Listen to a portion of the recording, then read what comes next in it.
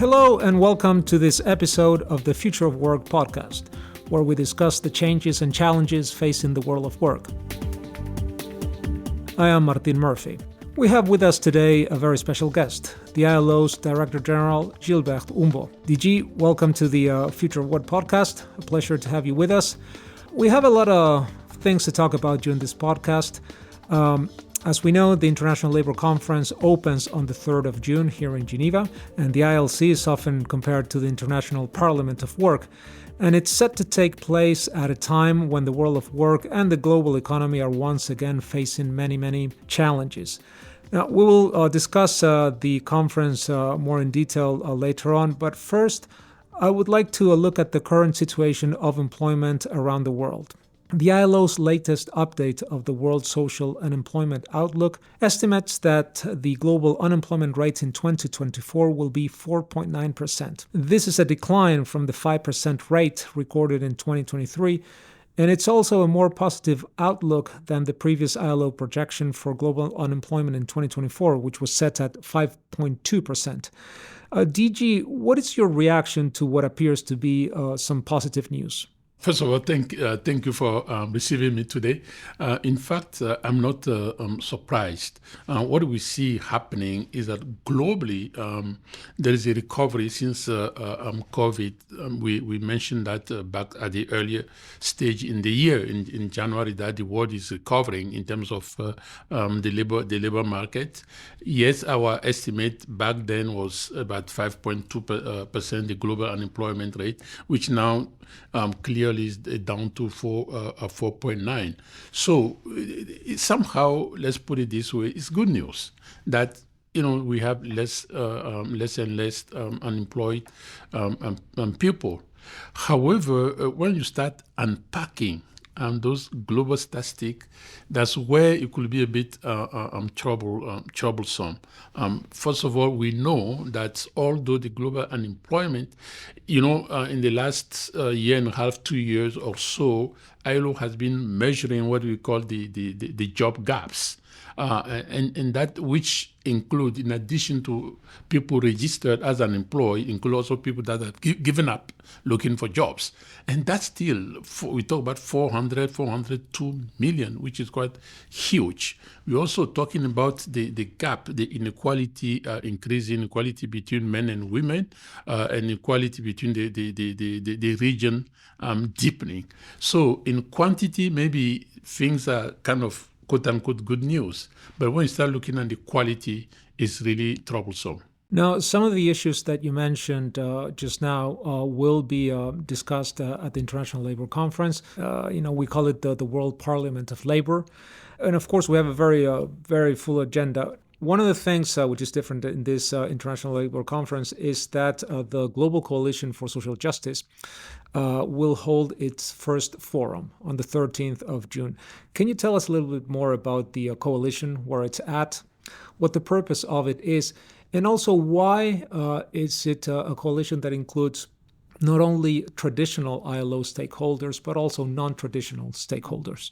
First of all, since the decision made by our governing body, the GB, in November to officially create that a coalition, I have been quite very humbled about the responsiveness of our, first of all, our constituent, as you mentioned, but also the non-traditional ILO constituent. Now we're talking about more than 60, close to, I think, 63, 64 member states have officially confirmed their participation and their partnership, and we expect additional member states during the conference to really be forthcoming globally, including the workers' organization, employers' organization. We have about 15 or so UN agencies, regional financial institutions.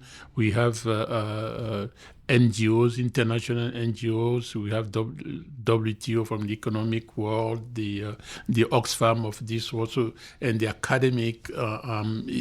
Is really widespread. What does that tell us? It tells us that when we talk about social justice, the whole world is at stake, and people really understand that.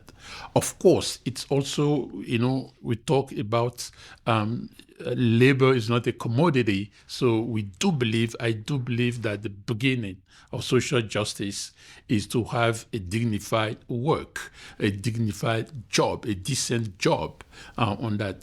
But it also means that equal access to education, equal access to health, to basic health and so forth. So you could imagine, or equal access to economic opportunities. So this is why it goes beyond the traditional ILO constitution. Very quickly, where we stand now, we had last week the first meeting of we set up this kind of coordinating group, and we had its first meeting last week, which was quite very productive. We will expect between now and the end of the year, fine-tuning the specific thematics where we really want to zero in as the first batch, and again having a work plan that we'll start implementing in 2025. One of the issues that underpins social justice is, of course, what here at the ILO we call the fundamental principles and rights at work. The International Labour Conference is having a discussion on this issue. And of course, this links back to the 1998 Declaration on Fundamental Principles and Rights of Work. How can the ILO ensure that these fundamental principles and rights at work are up to date in a changing world of work, where you have issues like remote work in digital platforms, growing demographics, climate change?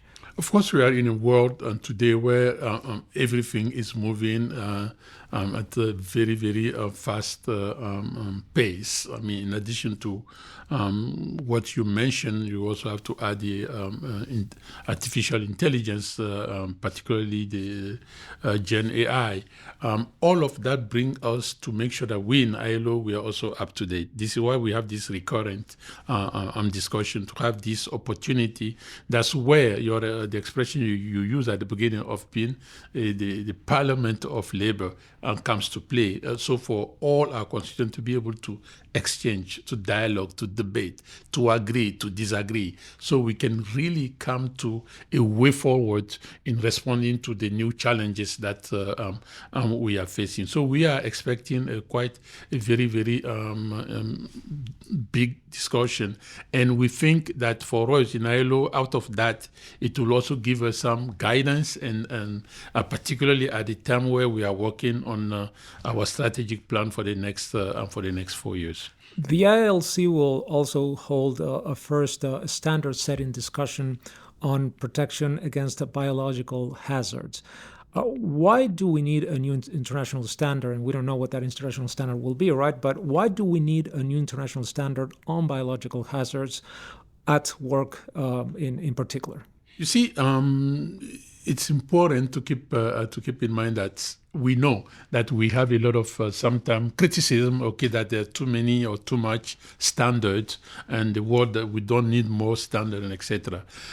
And ILO, the organization and the office, we have been very mindful listening to those criticisms. This is why a few years back, the governing body has set up this tripartite working group to review all the standard and see if what need to be updated or what need to be parked, and etc. And ironically, one of the recommendations we got from this working group is also to address that missing challenges we have. And it became very clear that there was a missing gap when you talk about the biological hazard on that. So, and again, obviously after COVID, everybody understood those gaps are serious one.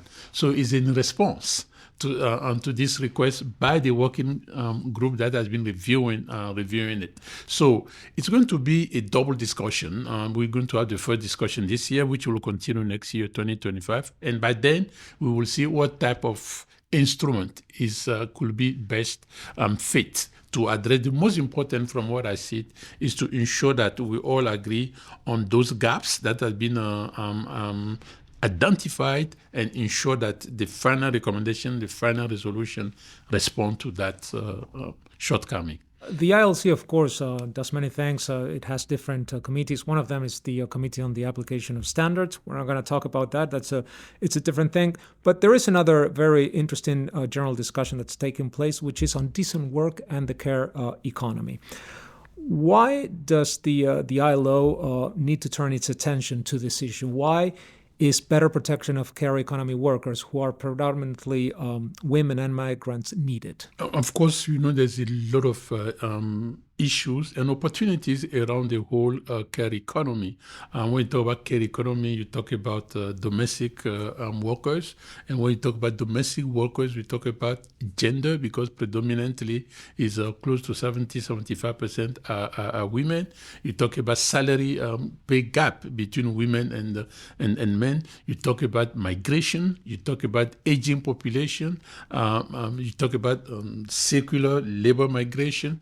So it's a whole set of issues, economic and social dimension, which are linked to the care economy. And quite frankly, the more that we in the whole global world, the more we live, the longer we live, the more we're going to be in need of this care economy. So it's important for us to have this general discussion, and again, to ensure that we, moving forward, our work is really adjusted accordingly to the finding and the recommendation coming out of that discussion. And finally, the ILC is also discussing your report on the situation of workers in the occupied Arab territories. This report, as all the reports of the ILC, can be found in the ILC website. But what is your reaction to this report? Listen, it's quite a very terrible situation we're facing in Gaza right now. We do know that all of that started on October 7 with the attack of Hamas against Israel. But, we talk today about more than 35,000 people losing their life. And again, recently we know that this bombing that with 45 deaths in a refugee camp, innocent children, women, old people, and men losing their life. It got to stop. We really need to have this stopped and really start talking about two-state solution. The world of work is obviously affected, and this is what our finding with the unemployment rate in Gaza doubling, essentially from 25%, which was already difficult, 25% unemployment rate before October 7, and now we talk about 45 or 46% unemployment rate, which is almost 1 person out of 2, is unbearable. And we just cannot, the world cannot continue living with that. So something decisive has to happen. And so I'm really again calling for a stop of the war and a negotiation for a two-state solution. DG, thank you very much for your time. We know it's very busy times for you and everyone here at the ILO. Thank you, everyone, for tuning in. Just a final reminder that there's a lot more information on the different things that the DG has been talking about. You can find it on social media. You can follow us at International Labour Organization on LinkedIn, ILO.org on Facebook and Instagram, and at ILO on X. Thank you very much for everyone for tuning in, and we'll see you in the next episode. Goodbye.